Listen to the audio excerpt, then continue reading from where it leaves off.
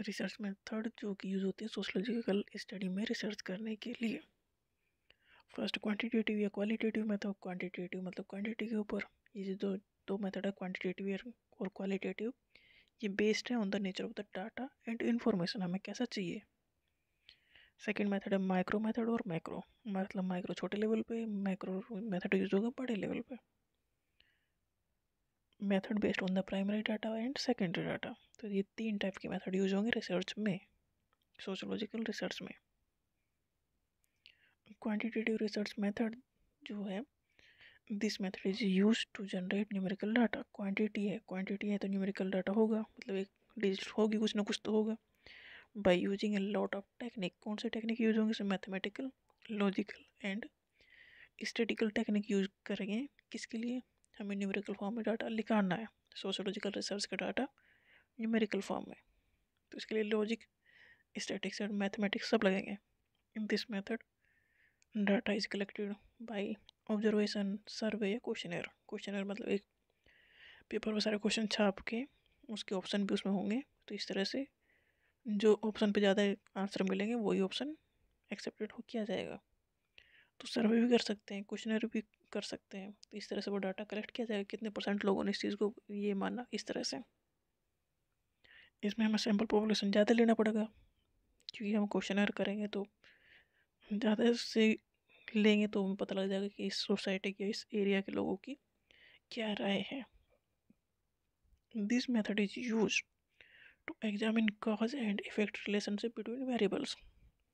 देखो, एक वेरिएबल से दूसरे के ऊपर इफेक्ट डालेगा, तो इसमें ये फर्क पता लग जाएगा क्या इफेक्ट होगा क्या। This method is based on random sampling. Randomly आप सेलेक्ट करोगे ना ऑब्जेक्ट को या पार्टिसिपेंट को, मतलब वो आपने पार्टिसिपेंट को पता करने के लिए कोई एफर्ट नहीं लगाया है, आपने रैंडमली सेलेक्ट किया है और सर्वे उनके ऊपर किया है। ये कंक्लूसिव रिसर्च मेथड है, मतलब कुछ ना कुछ कंक्लूजन इससे निकलेगा। ये कंक्लूजन निकालने के लिए हो रहा है, मतलब छोटा किस साइड हम जा रहे हैं, रिजल्ट की साइड हम जा रहे हैं। इन this method hypothesis is tested, मतलब रिजल्ट की साइड हम इस मेथड में जा रहे हैं। ऑब्जेक्टिविटी इसकी, मतलब कि अगर ये मेथड रिपीट होगा तो रिजल्ट लगभग सेम ही आएगा। क्वांटिटेटिव रिसर्च मेथड के कुछ एडवांटेज हैं, कुछ डिसएडवांटेज। तो एडवांटेज है कि ये स्पेसिफिक प्रॉब्लम पे फोकस करता है, focus on specific problem. Personal judgement इसमें कुछ होगा ही नहीं, क्योंकि आप क्वेश्चन एरिया दे रहे हो या सर्वे कर रहे हो, तो पर्सनल जजमेंट का इसको इसमें कम है। रिलायबिलिटी हाई होगी, क्योंकि आपने तो ऑप्शन दिए हैं, ऑप्शन पे ही टिक मार्क हो रहा है। एनालाइज करना डाटा को ईजी होगा, क्योंकि उसमें तो 4 ऑप्शन है मान लो, तो डाटा तो एनालाइज, उसमें कुछ भी इंसान का या पार्टिसिपेंट का कुछ का खुद का कोई व्यू नहीं आ रहा है कि एनालाइज करने में दिक्कत हो, या तो आंसर सीट की तरह है, वो भी जो ऑब्जेक्टिव पेपर होते हैं उसकी तरह है। प्रैक्टिकल मेथड है, कॉस्ट इफेक्टिव मेथड भी है, बट इस मेथड के कुछ ना कुछ डिसएडवांटेज भी हैं, जैसे कि इसमें जो पोटेंशियल फॉर सुपरफिशियल रिजल्ट, मतलब किसी चीज़ अगर हमें डीप में स्टडी करनी है तो वहाँ पर ये मेथड नहीं लगा सकते हम, क्योंकि ये तो एक सुपरफिशियल रिजल्ट दिखाएगा, ऊपर ऊपर रिजल्ट दिखाएगा। लार्ज सैंपल ऑफ पॉपुलेशन इसमें चाहिए, तभी हमें कुछ रिजल्ट निकल के आएगा जो एक्चुअल में सही होगा। रेस्पॉन्स कैन बी सब्जेक्टिव, हर इंसान का अपना अलग अलग पॉइंट ऑफ व्यू है, तो होगा वो। इनकरेज डिसऑनेस्टी, देखो जरूरी नहीं है जो वो आंसर दे रहा है वो ऐसा मानता भी हो करता भी हो, वो बस आंसर दे रहा हो कि हाँ ये सही है तो ठीक है, तो डिसऑनेस्टी को बढ़ाएगा। लिमिटेड अमाउंट ऑफ इंफॉर्मेशन मिलेगी, क्योंकि आप सामने बैठ के बात नहीं कर रहे हो। ऑडियंस की जो ओपिनियन है कैन नॉट बी गिवन, क्योंकि आपने तो पहले ही ऑप्शन दे दी कि इस ऑप्शन में से आप किससे ज़्यादा मानते हो, तो ऑडियंस का क्या है वो तो उसमें पूछा ही नहीं गया है। इसमें क्लोज्ड आंसर है, मतलब एक आंसर से के बाद अगर आपके मन में उससे रिलेटेड दूसरा आंसर आ रहा है तो वहाँ तो इसका स्कोप ही नहीं है। ये टाइम कंज्यूमिंग मेथड तो होगा, क्योंकि इस पॉपुलेशन का साइज है, पार्टिसिपेंट का साइज बड़ा है तो टाइम भी लगेगा, तो ये सुपरफिशियल मेथड है, डिसएडवांटेज है ये। सैंपल साइज बड़ा चाहिए, लिमिटेड अमाउंट ऑफ इंफॉर्मेशन हम इससे निकाल सकते हैं। Qualitative research method, this method is used for understanding human behaviour, इंसान की बिहेवियर को पता लगने के लिए। क्वालिटेटिव मेथड यूज होगा। इसमें डाटा कलेक्शन मेथड इंक्लूड, इसमें किस तरह से आप डाटा कलेक्ट करोगे, इसमें इंटरव्यू लेके, मतलब सामने आमने सामने, ये फ़ोन पे, लिटरेचर रिव्यू करके, जो पहले स्टडी हो चुकी है उन्हें रिव्यू करके। ये एक्सप्लोरेटरी रिसर्च मेथड है, मतलब इसके बाद एक एरिया खुलेगा रिसर्च के लिए, मतलब ये चीज़ों को खोलता है। Data is collected bye verbal method, मतलब जो रिसर्चर है वो भी सही होना चाहिए, वो उसे भी नॉलेज होनी चाहिए कि कलेक्ट क्या करना है। सिंपल पॉपुलेशन इसमें इस्तेमाल होगा क्योंकि रिसर्चर इन्वॉल्व है डायरेक्टली, तो उसके लिए इतना तो नहीं हो सकता, बहुत बड़ी पॉपुलेशन का तो नहीं चेक करने के लिए लगाया जा सकता, तो सिंपल पॉपुलेशन इस्तेमाल होगा, वहाँ से वो डाटा निकाल लेगा क्योंकि वो एक्सपर्ट है। ओपन हैंडेड क्वेश्चन हो गए, मतलब रिसर्च में जो क्वेश्चन का आंसर मिला उस आंसर से भी क्वेश्चन पुटअप हो सकते हैं।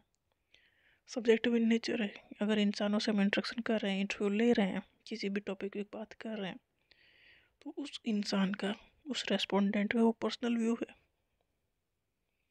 इस मेथड का एम है to achieve complete and detail description, मतलब ये इंटरव्यू लेने का मतलब ये है कि हमें किसी भी चीज़ के बारे में डिटेल में पता करने के लिए मेथड यूज होगा। ये क्वालिटेटिव मतलब क्वालिटी फोकस होगा, डिटेल पे फोकस होगा, ज़्यादा जानकारी लेने पे वो फोकस होगा, क्वेश्चन से क्वेश्चन उठेंगे,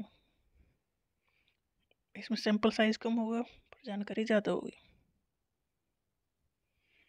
इस मेथड की कुछ एडवांटेज है कि इसमें small simple size of population चाहिए।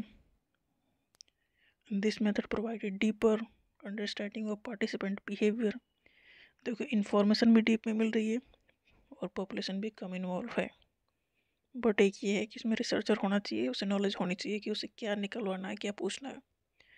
This method promote human understanding, definitely करेगा, ह्यूमन अंडरस्टैंडिंग को प्रमोट करेगा। This method explore new area of research, 1-to-1 discussion होगा, ओपन आंसर होंगे, मतलब क्वेश्चनों के बाद आंसर से जो क्वेश्चन निकलेंगे उसके भी आंसर तुरंत मिल जाएंगे। Require low cost in relation to other method, दूसरे मेथड में मॉनेटरी खर्च ज़्यादा आ रहा है, बट इसमें पॉपुलेशन साइज कम है तो मॉनेटरी खर्च भी कम आएगा। क्वालिटेटिव रिसर्च मेथड की कुछ डिसएडवांटेज है, जैसे कि टाइम कंज्यूमिंग है, अब इंटरव्यू ले रहा है रिसर्चर, खुद इसमें इन्वॉल्व है, तो टाइम लग रहा है। ये इजीली रिप्लीकेबल भी नहीं है, आप इसे रिपीट इजीली नहीं कर सकते उसी रिजल्ट को। जो इंटरव्यूअर है, इंटरव्यू लेने वाला रिसर्चर है, वो उसे केयरफुली ट्रेंड उसे किया जाना है, मतलब जो रिसर्चर है उसकी ट्रेनिंग इसमें ज़रूरी है कि अच्छे से हो, क्योंकि उसे ही ऑब्जर्व करना है कि रिजल्ट है क्या। Effort are required to assemble the group, हमें किस ग्रुप पे स्टडी करनी है उसके लिए एफर्ट लगेंगे, रैंडमली इसमें नहीं कर सकते। इन दोनों मेथड में डिफरेंसेस क्या है? Qualitative method used for understanding human behaviour, quantitative method used to generate data by using mathematical और टेक्निक। क्वालिटेटिव जो एक्सप्लोरेटरी रिसर्च मेथड है, मतलब वो एक्सप्लोर करेगा चीज़ों को और भी ज़्यादा चीज़ें बढ़ेंगी, और क्वांटिटेटिव कहेगा कि कंक्लूजन निकालो, रिजल्ट निकालो। क्वालिटेटिव में सैंपल पॉपुलेशन कम है, क्वांटिटेटिव में ज़्यादा है, क्वालिटेटिव में कम है। क्वालिटेटिव ह्यूमन इंटरेक्शन डायरेक्टली हो रहा है तो सब्जेक्टिव नेचर में होगा, और ये सर्वे या क्वेश्चन किया जा रहा है क्वांटिटेटिव में तो ये ऑब्जेक्टिव इन नेचर होगा। क्वालिटेटिव में डायरेक्टली इंटरव्यू लिया जा रहा है तो वर्बल फॉर्म में डाटा कलेक्ट हो रहा है, और क्वांटिटेटिव में सर्वे या क्वेश्चनर के थ्रू हो रहा है तो न्यूमेरिकल फॉर्म में डाटा कलेक्ट हो रहा है। डाटा कलेक्शन के मेथड क्वालिटेटिव में इंटरव्यू है, लिटरेचर रिव्यू है, और क्वांटिटेटिव में सर्वे, ऑब्जर्वेशन या क्वेश्चनर है। क्वालिटेटिव में ओपन एंडेड क्वेश्चन है, मतलब क्वेश्चन के बाद क्वेश्चन पुटअप हो सकते हैं, और क्वांटिटेटिव में ऐसा नहीं हो सकता, तो ये क्लोज एंडेड क्वेश्चन इसमें है। नेक्स्ट जो रिसर्च मेथड है वो माइक्रो मेथड और मैक्रो। माइक्रो मतलब छोटे लेवल पे, मैक्रो मतलब बड़े लेवल पे। तो macro research study of large unit, बड़ी यूनिट की स्टडी होगी। माइक्रो रिसर्च मतलब स्टडी ऑफ इंडिविजुअल या स्मॉल ग्रुप, मतलब एक पर्टिकुलर पर्सन की या एक छोटे ग्रुप की स्टडीज में की जाएगी। मैक्रो रिसर्च किसके लिए? Applied to understand and address societal economical issue that impact large population, ऐसे इशू पे फोकस करेगा जो लार्ज पॉपुलेशन को अफेक्ट करें। Micro research applied to gain insight into individual level behaviour, micro research focus करेगा इंडिविजुअल लेवल पर। Macro research, this method involve quantitative method, और माइक्रो वाला फोकस करेगा क्वालिटेटिव रिसर्च पे। ये मैक्रो तो डेफिनेटली फोकस करेगा क्वांटिटेटिव पे, क्वांटिटी पे फोकस करना है उसे। और माइक्रो मतलब एक ही पर्टिकुलर अगर इंडिविजुअल पे स्टडी हो रही है तो वो तो डेफिनेटली क्वालिटेटिव अप्रोच रखेंगे। जो मैक्रो लेवल है उसमें जो टेक्निक यूज होगी रिसर्च के लिए वो होगी सर्वे मेथड। और माइक्रो लेवल पे तो इंडिविजुअल टू इंडिविजुअल ही है, तो ये तो इंटरव्यू के थ्रू भी हो सकती है, इंटरव्यू या ऑब्जर्वेशन। नेक्स्ट रिसर्च मेथड है वो primary data and secondary data. तो प्राइमरी डाटा जो डाटा कलेक्ट होता है directly from the main source, मतलब हम स्टडी करने जा रहे हैं, हम स्टडी कर रहे हैं तो वहाँ से जो डाटा कलेक्ट हो रहा है वो। सेकेंडरी डाटा जो पहले से रिसर्च की जा चुकी है वहाँ से डाटा ले लेना, तो ये सेकेंड, जैसे कि बुक्स से लिटरेचर रिव्यू करके, तो ये सेकेंडरी डाटा है। प्राइमरी डाटा में लॉन्ग प्रोसेस होगा डेफिनेटली, जब रिसर्च की जा रही है तो लंबा प्रोसेस होगा। सेकेंडरी डाटा कलेक्ट करने में तो वो क्विकली हो सकता है क्योंकि बुक से लेना है, किसी जर्नल से लेना है, मतलब जो पब्लिश चीज़ें वहाँ से लेना, तो इसमें तो जल्दी हो ही जाएगा, रिसर्च इसमें करनी नहीं है। तो primary data is collected in real time, मतलब जब रिसर्च हो रही है जब वो डाटा कलेक्ट हो रहा है। बट सेकेंडरी डाटा जो है वो data is collected from the